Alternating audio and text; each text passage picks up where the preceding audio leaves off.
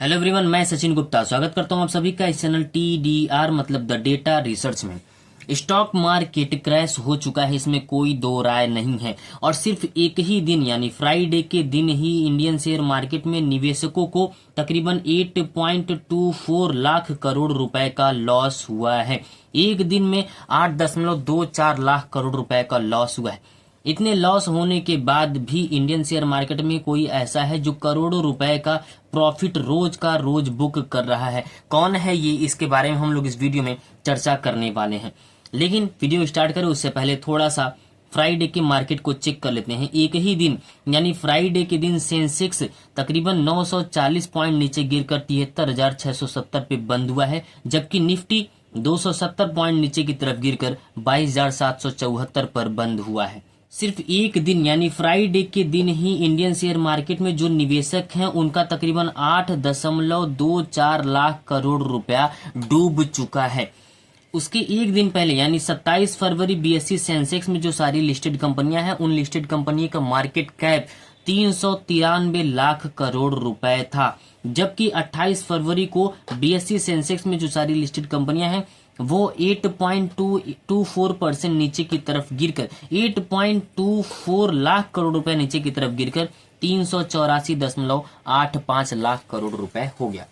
इतनी तेजी से मार्केट नीचे की तरफ गिर रहा है। हम रीजन की बात नहीं करेंगे कि क्यों गिर रहा है, क्यों नहीं गिर रहा है, उसमें कौन कौन सी कंपनियां हैं जो बहुत तेजी से नीचे गिर रही हैं, कौन सी कंपनियां हैं जो अभी स्टेबिलिटी बनाए हुई हैं, उसके बारे में हम इस वीडियो में चर्चा करने वाले नहीं हैं। इस वीडियो में सिर्फ इतनी बात की गई है कि इंडियन शेयर मार्केट में जो पब्लिक है उसको लगातार लॉस हो रहा है, लेकिन कोई ऐसे लोग भी हैं जिसको लगातार प्रॉफिट होता चला जा रहा है। कैसे प्रॉफिट हो रहा है उसके बारे में थोड़ा सा चर्चा कर लेते हैं, फिर बताते हैं कि वो लोग कौन है जिसे इस इंडियन शेयर मार्केट में क्रैश के बावजूद भी लगातार प्रॉफिट होता चला जा रहा है।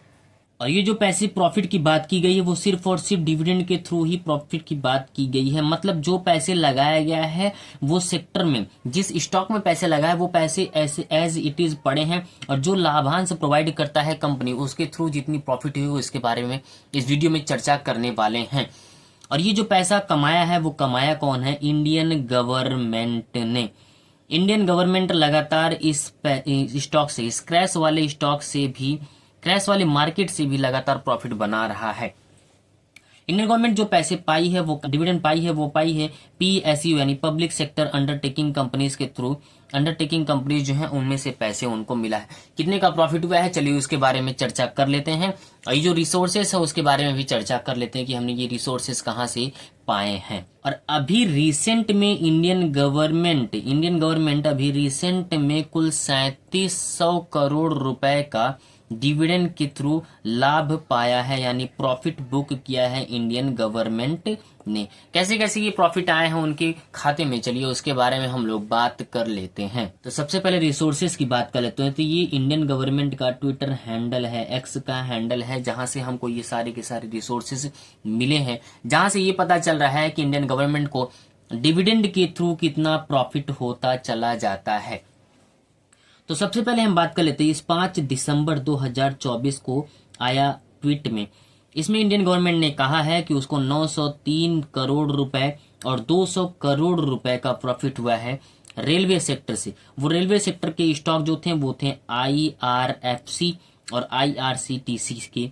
डिविडेंड वो जितनी पैसे लगाई है गवर्नमेंट वो वैसे के वैसे अभी भी पड़े हुए हैं, बल्कि जो डिविडेंड मिला है सिर्फ और सिर्फ डिविडेंड के थ्रू उनको ये प्रॉफिट हुआ है। कितने रुपए का? 903 करोड़ और 200 करोड़ रुपए का। कब? 5 दिसंबर 2024 को। 21 फरवरी 2025 को कितने रुपए का प्रॉफिट हुआ है चलिए उसको भी दिखा देते हैं। तो 308 करोड़ रुपए का और 38 करोड़ रुपए का प्रॉफिट हुआ है। कौन कौन सी कंपनी से? HUDCO से और एक कंपनी है NSIC से। वो भी, इनकी भी जो कंपनियां प्रॉफिट में आई हैं, प्रॉफिट आए हैं, वो कहां से आए हैं? डिविडेंड के थ्रू ही आए हैं। 21 फरवरी 2025 का ये ट्वीट किया गया था इंडियन गवर्नमेंट की तरफ से। और भी बहुत से हैं, चलिए उसके बारे में भी हम लोग चर्चा कर लेते हैं।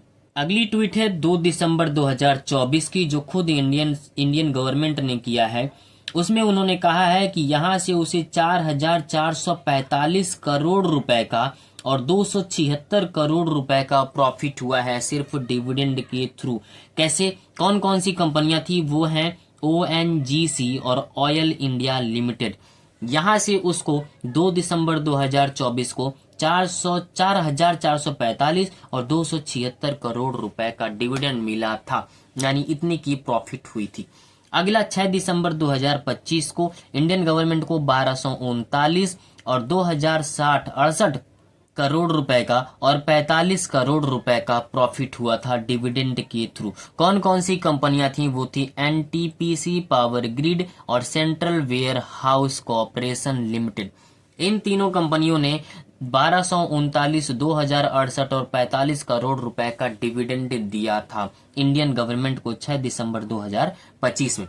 अभी रिसेंट की बात करें तो उसके बारे में अगले पेज पर हमने बात किया है। 5 दिसंबर 2024 को ही इंडियन गवर्नमेंट को 109 करोड़ और 61 करोड़ रुपए का प्रॉफिट हुआ है। कहां कहां से, तो कॉनकॉर और रिट्स से। रिट्स के डिविडेंड से इंडियन गवर्नमेंट को 109 और 61 करोड़ रुपए का प्रॉफिट हुआ था। 20 दिसंबर 2024 को डिविडेंड से ही इंडियन गवर्नमेंट को 397 करोड़ और 377 करोड़ रुपए का प्रॉफिट हुआ था। कंपनियों के नाम आप ये देख सकते हैं। अभी रिसेंट में जो प्रॉफिट हुआ है वो हुआ है गेल, BPCL जैसी कंपनियों से। कितने का प्रॉफिट हुआ है, चलिए उसके बारे में भी चर्चा कर लेते हैं। अभी रिसेंट की बात कर लें तो 21 फरवरी 2025 को इंडियन गवर्नमेंट को कुल 3700 करोड़ रुपए का प्रॉफिट हुआ था, जिसमें 2202 करोड़ रुपया आया है गेल की तरफ से और 1149 करोड़ रुपया आया है BPCL की तरफ से।